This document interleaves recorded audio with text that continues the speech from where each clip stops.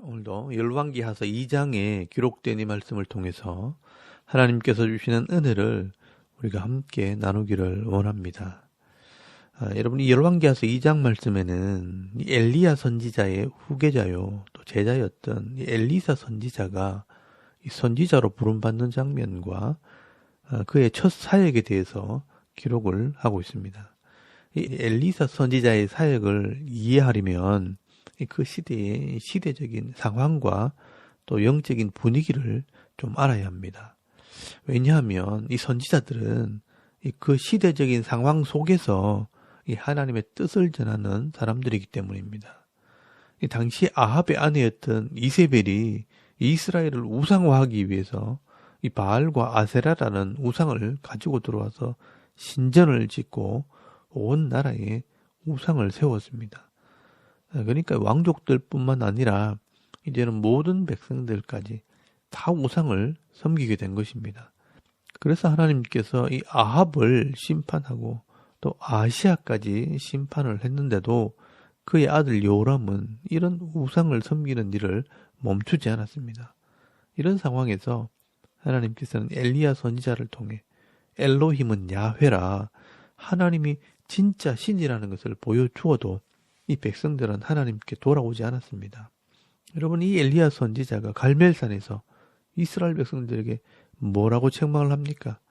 여러분, 열왕기상 18장 21절 말씀에 보시면 너희가 어느 때까지 이 두 사이에서 머뭇하랬냐라고 말하는 것을 보면 이 당시 이스라엘 백성들은 하나님과 바알 사이에서 머뭇거리고 있었던 것입니다. 그런 상황에서 하나님께서 계속 하시는 일은 이 엘리야 선지자를 통해 하나님의 일꾼들을 키우는 일을 하신 것입니다.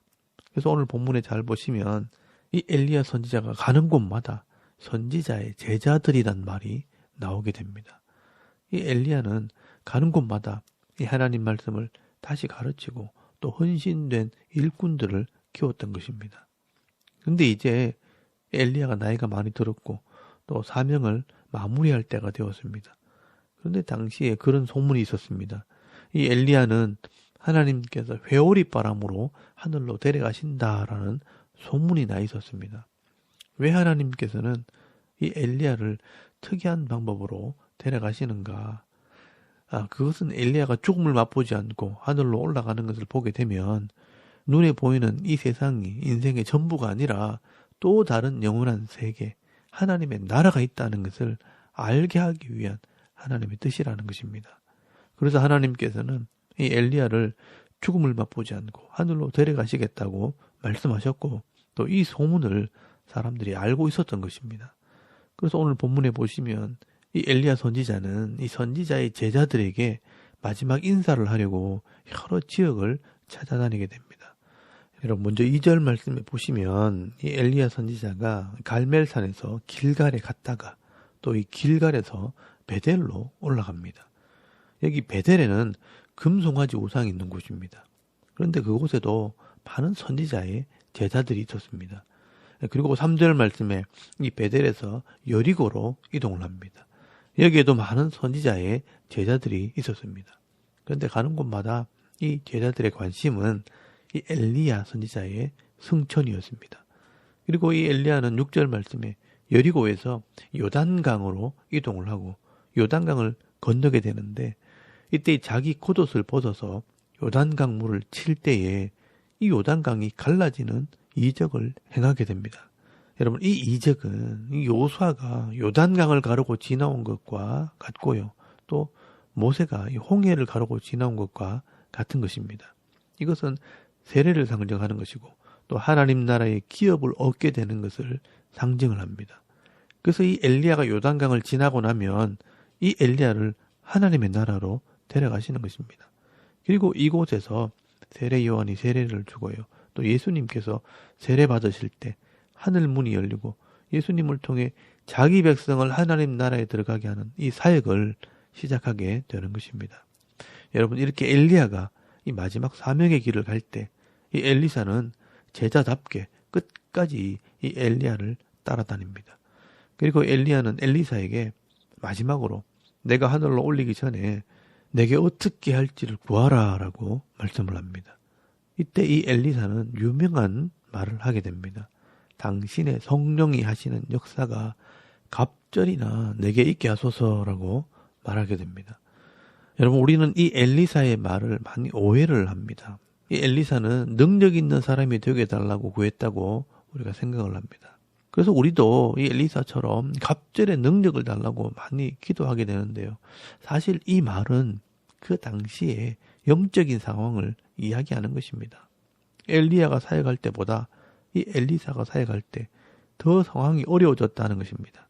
더 악한 왕과 더 강팍한 사람들과 영적인 싸움을 해야 되기 때문에 더 큰 은혜가 필요하다는 뜻입니다. 이 엘리야 때는요, 3년 6개월 동안 기근이 있었지만 이 엘리사 때는 그 갑절이 되는 7년이나 기근이 있게 됩니다. 그러니까 더 악하고 더 힘들고 더 강팍한 시대가 된 것입니다.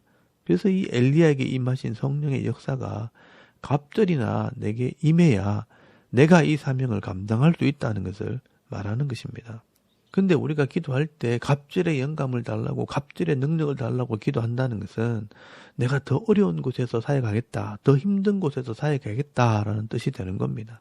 그러니까 우리가 갑절의 능력을 구하기보다는 평안을 구하는 게 사실 더 은혜입니다. 그러므로 우리가 그 상황들을 잘 알고 여러분도 은혜를 구하시기 바랍니다.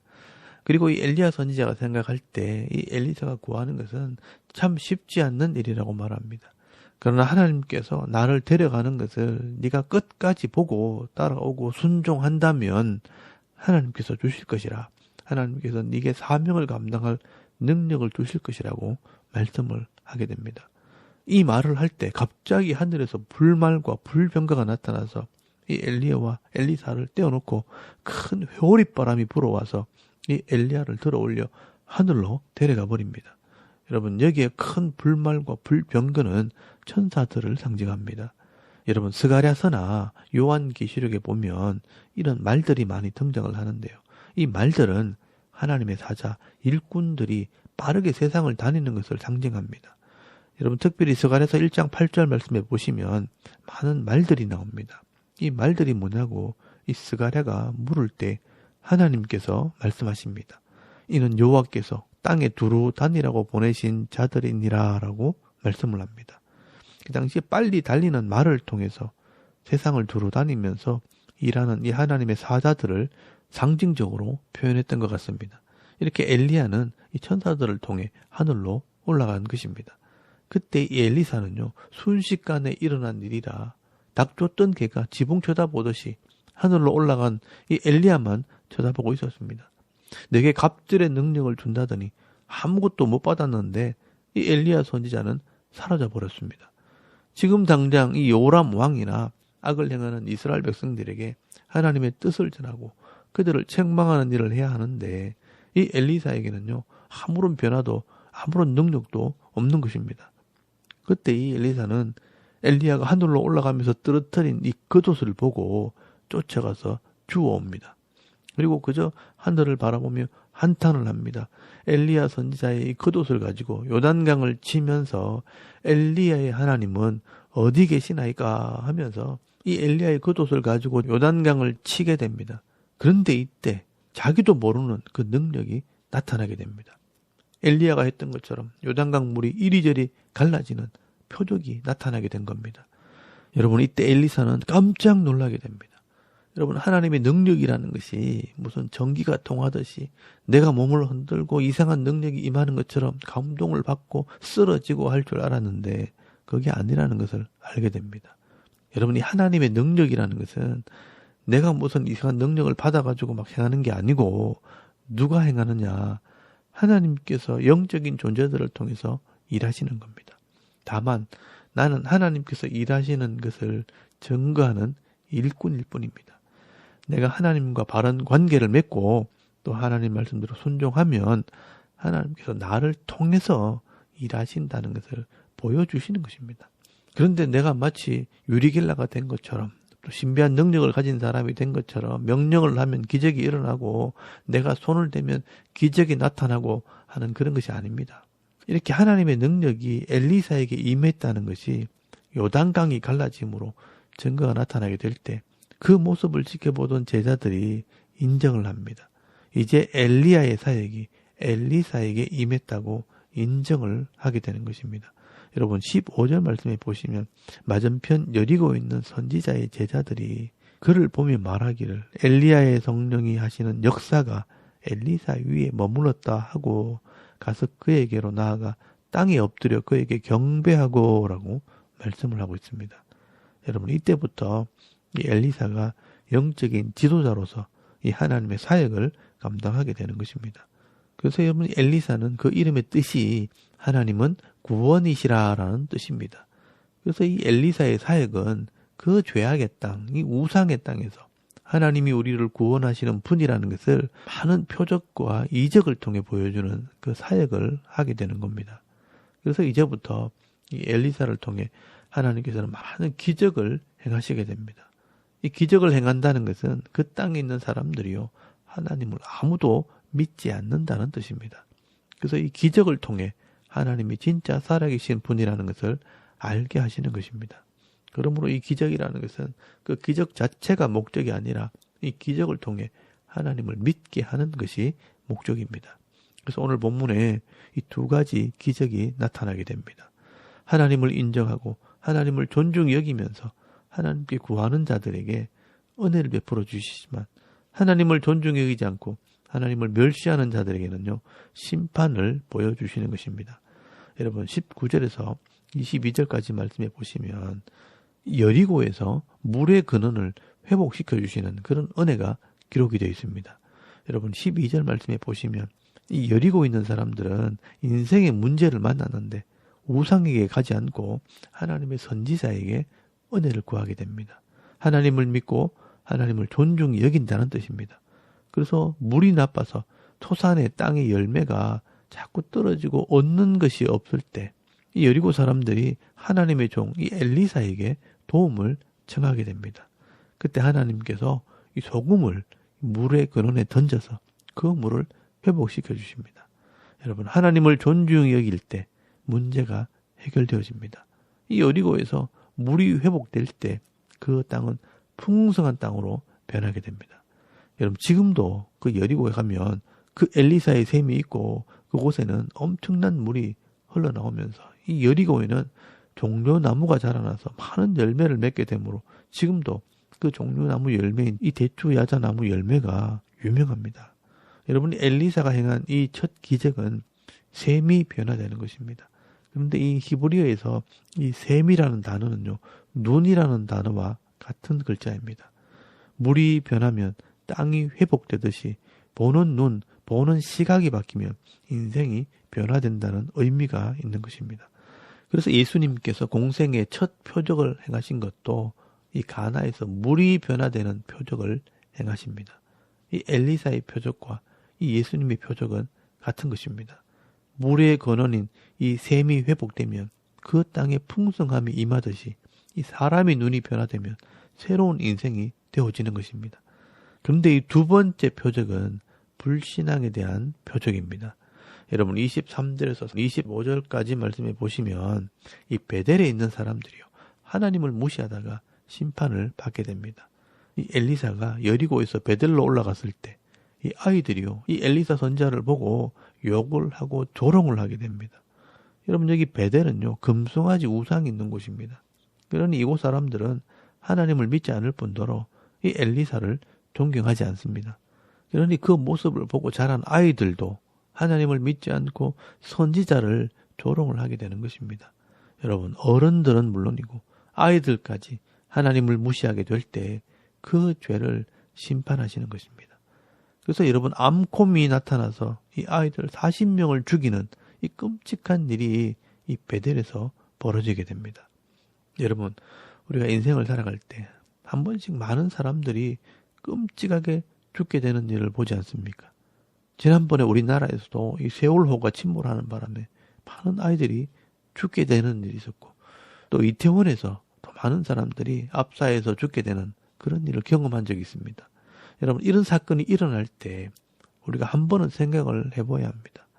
많은 이유를 이야기할 수 있지만 이런 아이들이나 많은 사람들이 희생되는 것은 그만큼 이 땅의 어른들이 또 하나님의 사람들이 본을 보이지 못했다는 반증이 될 수 있는 것입니다. 여러분, 이 어른들과 또 우리 성도들의 이런 불신앙과 교만과 욕심과 자만이 결국은 아이들과 사람들을 죽게 한 것입니다. 하나님을 존중히 여기지 않으면요, 이런 재앙이 이 땅에 임하게 되는 겁니다. 여러분, 성도들은요, 이 시대를 보는 영적인 눈이 있어야 합니다. 이 엘리야를 통해서 일하신 하나님은 이제 엘리사를 통해서 일하십니다. 또 이 엘리사의 하나님은 오늘 이 시대도 하나님의 사람들을 통해 일하신다는 것을 여러분 기억하실 수 있길 바랍니다. 여러분, 오늘 본문에는요, 우상을 섬기는 악한 시대에 이 엘리야와 엘리사의 사역을 통해 하나님이 하나님 되심과 이 하나님이 구원을 주시는 분이라는 것을 보여주고 있는 것입니다. 여러분, 오늘도 우리가 이 하나님을 믿는 성도로서 이 엘리야의 사역과 이 엘리사의 사역을 감당하는 그런 은혜가 있기를 바랍니다.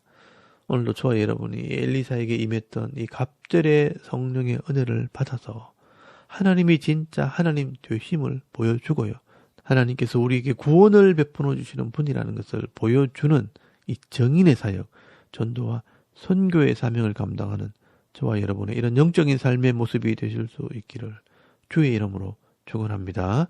아멘. 우리 잠깐 기도드리겠습니다. 오늘도 이 죄악의 땅에서 영원한 하나님 나라를 바라보며 말씀대로 사역하는 성도가 되게 없어서 또 나라와 민족을 위해 섬기는 교회와 자녀들을 위해 중보기도 하시고요, 또 개인의 기도 제목을 따라 기도하고 오늘 하루 삶을 또 시작할 수 있길 바랍니다. 다 같이 우리 하나님께 한번 기도드리겠습니다. 살아계신 하나님, 은혜를 감사합니다. 오늘 이 아침에 하나님을 예배하게